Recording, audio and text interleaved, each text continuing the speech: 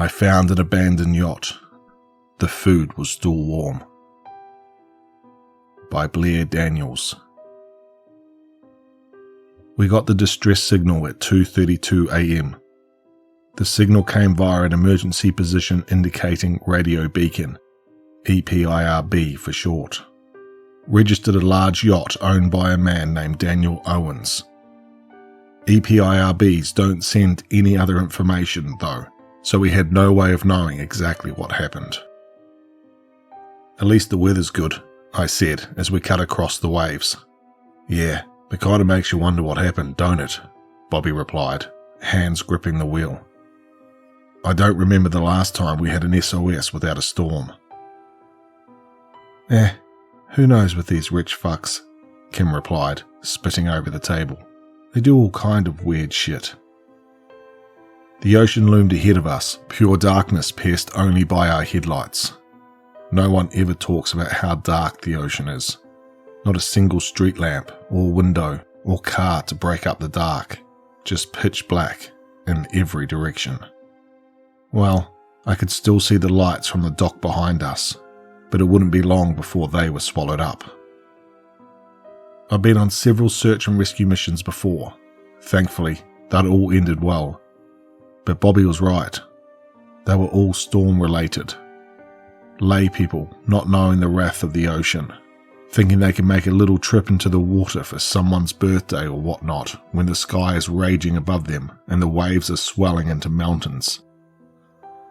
Respect the ocean, and maybe she won't kill you, my mentor had told me. Those words stuck with me, even a decade later.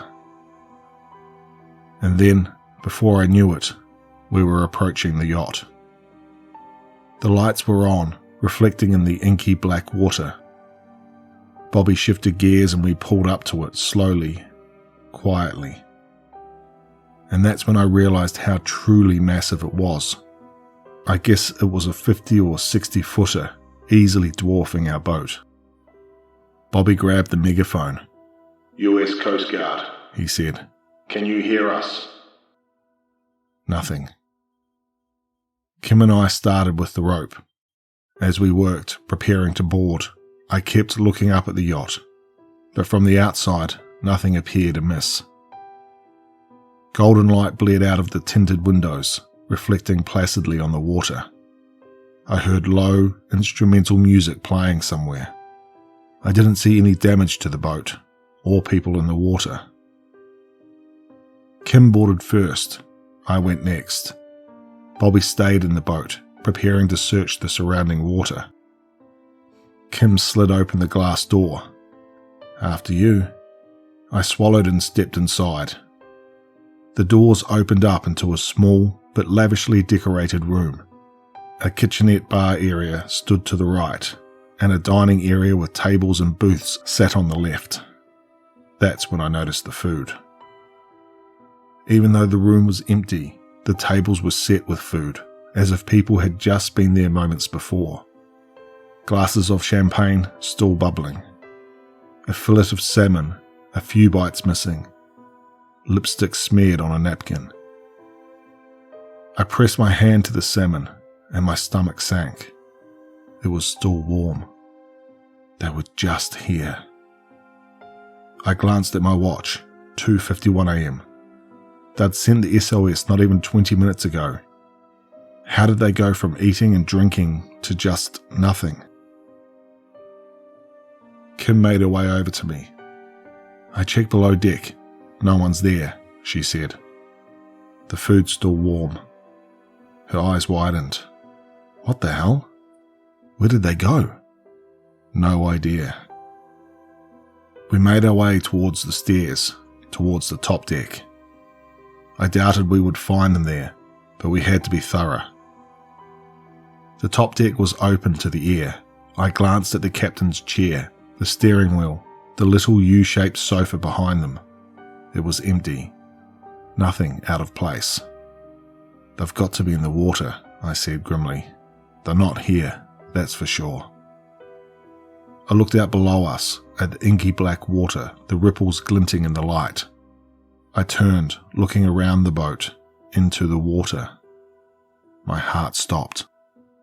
Where's Bobby? Our boat was still linked with the yacht, but it was empty. Damn it, he must have boarded, Kim snapped, charging for the stairs. He never follows fucking protocol. I always tell him it's going to get someone killed, but no, he just has to do things his way. Her rant grew muffled as she descended towards the deck. I followed her. But Bobby wasn't downstairs. He wasn't in the dining area or in either of the bedrooms below deck. My heart pounded in my ears as I grew more and more frantic, checking tiny closets that couldn't possibly fit a person, opening the storage cabbies that held the life jackets. Bobby? Bobby, where are you? A hand clapped over my mouth, and then something shoved me to the floor. I tried to wrestle away, but then I saw a flash of red curls above me. Kim. She was dragging me under the table, whispering, begging me to keep quiet. Both of us froze. My eyes locked on the source of the noise, and I saw 2 rubber boots on the carpet, rivulets of seawater dripping off them. I glanced up. Bobby. Bobby was standing there in the center of the room. But something was horribly wrong with him.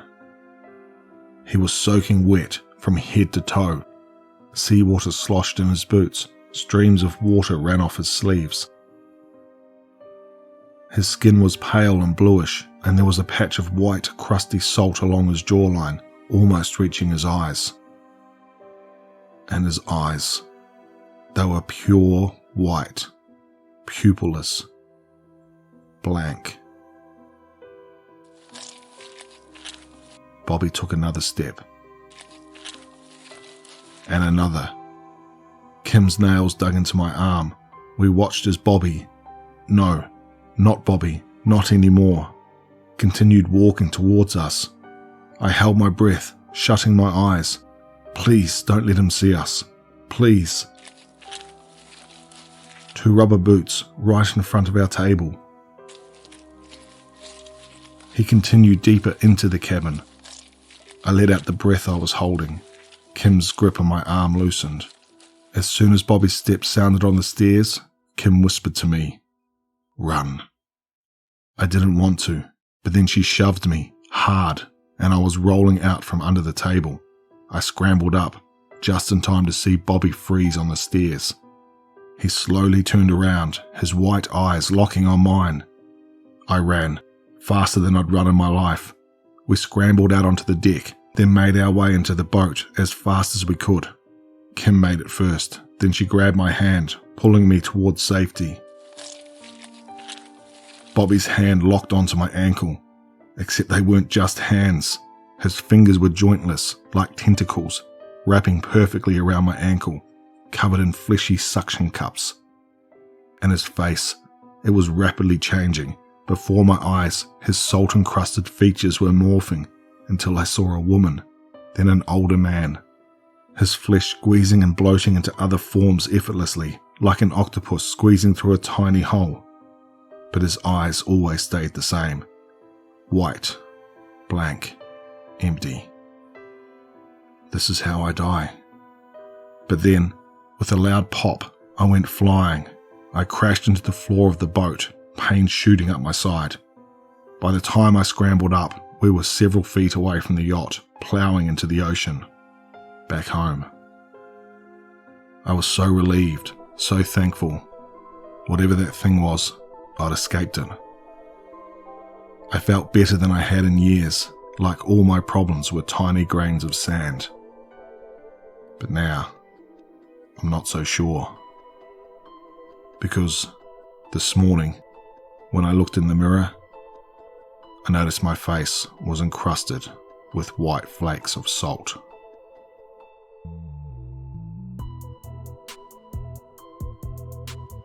I just want to thank BlairDaniels for allowing me to narrate this story. If you'd like to show the author some love, I'll leave a link for the original story in the description below. If you're new here, please consider subscribing, and as always, stay tuned for one more nightmare.